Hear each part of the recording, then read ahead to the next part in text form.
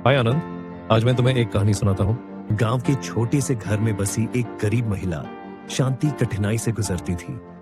वह दिन रात मेहनत करके सिलाई का काम करती और जो भी मिलता उसी से घर का खर्च चलाती। शांति के पास कभी आराम का समय नहीं था।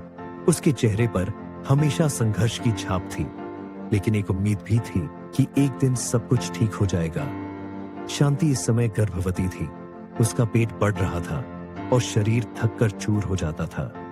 हर दिन उसे खुद को आगे बढ़ाने के लिए संघर्ष करना पड़ता था।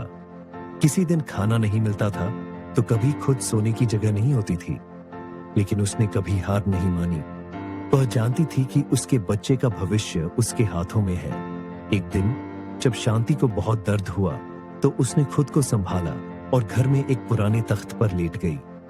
धीरे धीरे उसने एक स्वस्थ बेटे को जन्म दिया। उसके चेहरे पर थकान थी, लेकिन साथ ही एक अजीब सी खुशी भी थी। उसने अपने नन्हे बेटे को अपनी गोदी में लिया और भगवान से उसकी लंबी उम्र और सुखमय जीवन की दुआ की। समय बीतता गया और उसका बेटा, जिसका नाम था देवा ने अपनी मां के संघर्ष को देखा था। उसने समझा कि शांति ने अपनी सारी खुशियों को अपने बच्चे के लिए बलिदान कर दिया था। देवा ने ठान लिया कि वह अपनी मां की सारी इच्छाएं पूरी करेगा। देवा ने पढ़ाई में मेहनत की और एक अच्छा कारीगर बना। उसने गांव के लोगों से सीखकर अपनी मां के लिए एक नया घर बनवाया। जब शांति ने वह घर देखा तो उसकी आंखों में आंसू थे। उसने देवा को गले लगाते हुए कहा, तुमने मेरी सारी इच्छाएं पूरी कर दी बेटा। मैं धन्य हूँ कि तुम जैसे बेटे का जन्म हुआ।